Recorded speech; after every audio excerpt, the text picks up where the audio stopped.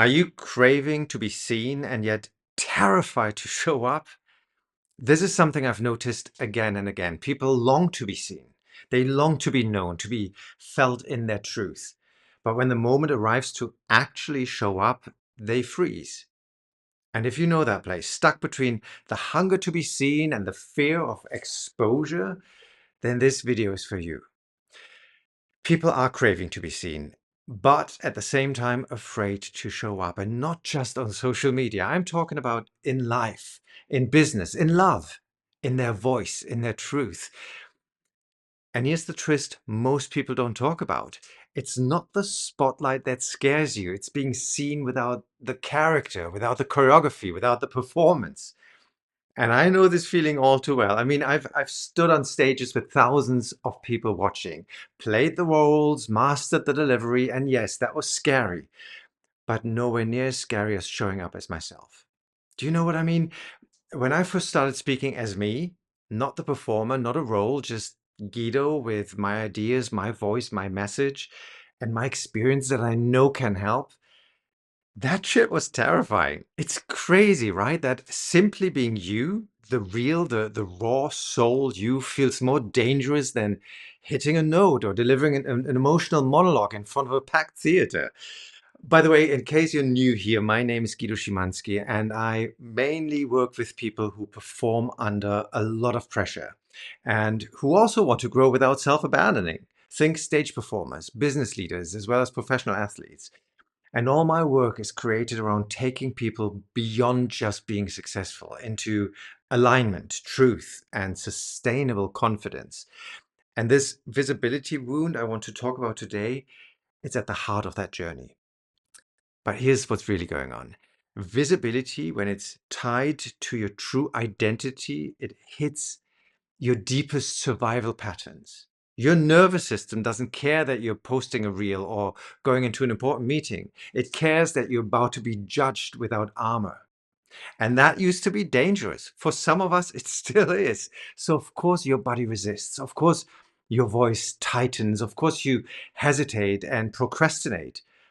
It's not that you're inconsistent or lazy or don't want to move forward. Quite the opposite. It's that your system is trying to protect you from the cost of being seen. So, what do you mean by that, Guido, you might ask? Well, let's go a level deeper. When you were younger, maybe being seen meant being judged or shamed or misunderstood. Maybe you got attention for performing, but not for existing. Maybe you were celebrated when you were impressive, but not when you were vulnerable. So your system learned being seen equals risk. Being real might equal rejection. It's better to perform, better to shapeshift, better to earn love than just be loved. Actually, let me rephrase that.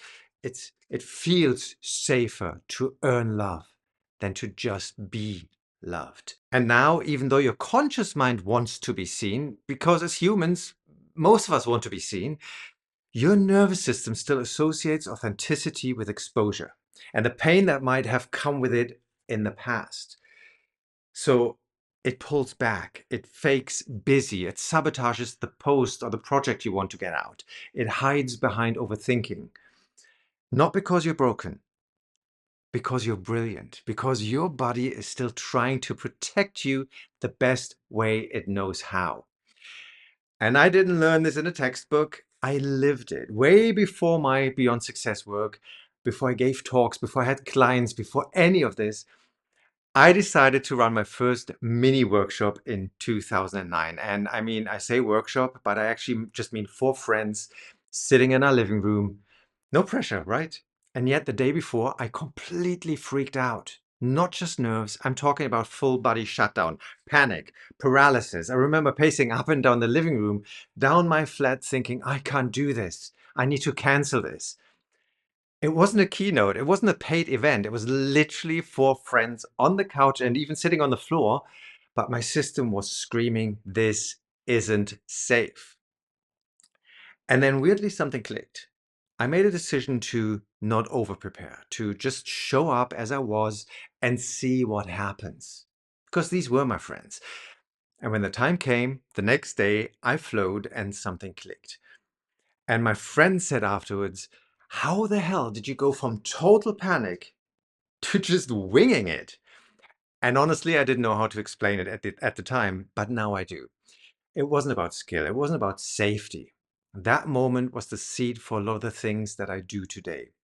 Fast forward years later, building my brand, launching Beyond Success, and the same pattern came back. Not in creating the content, not in having the ideas, but in me.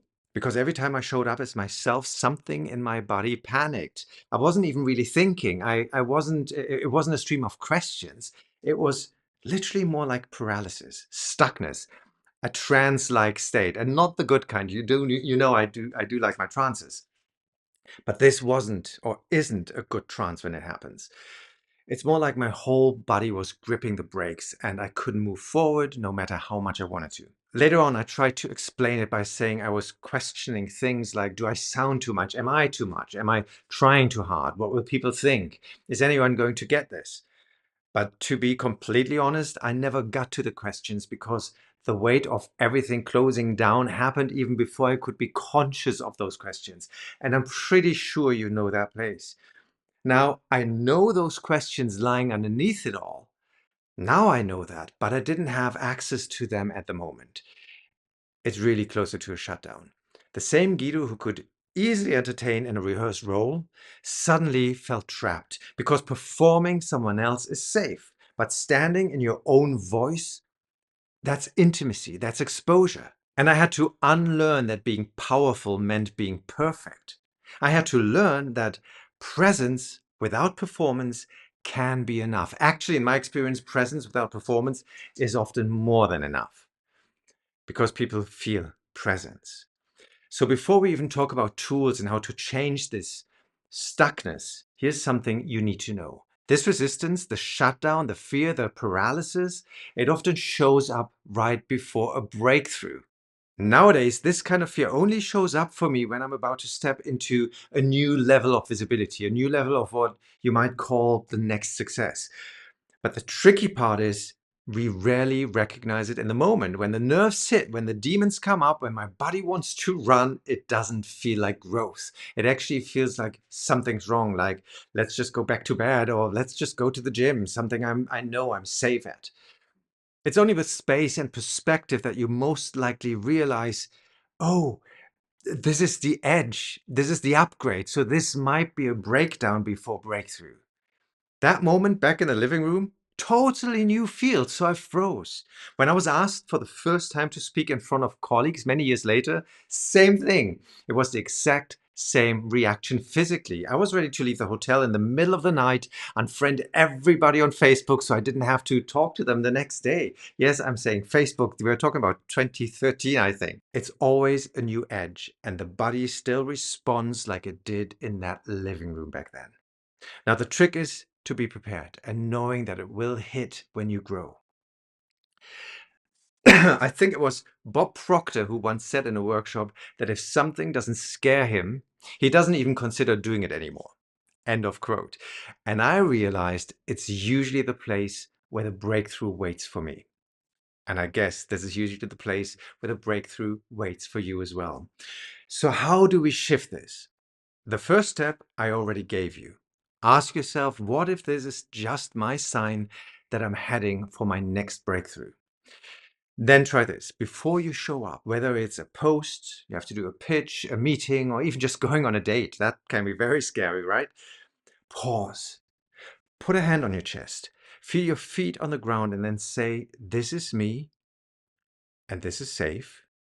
And yes, this might sound a little woo-woo, but it works. You're anchoring identity because it gives your body a new reference point, a lived experience of safety and choice instead of defaulting to shutdown. You're basically letting your system know, I'm not being hunted. I'm not 5 years old anymore. I'm here now. I choose to be seen. It is my choice and it's okay to be nervous too. And then do it anyway. Yes, I know you would love some tools to work through all of this. And I will link my favorite breathing exercise below for you. It's a simple method that instantly takes you out of fight or flight mode and will be super helpful and maybe even necessary in those moments. But reminding your body that you want this growth and walk through that door despite the fear that shows up will lift you up to that next level that you've been craving. And most importantly, you will find out and feel that nothing bad happened.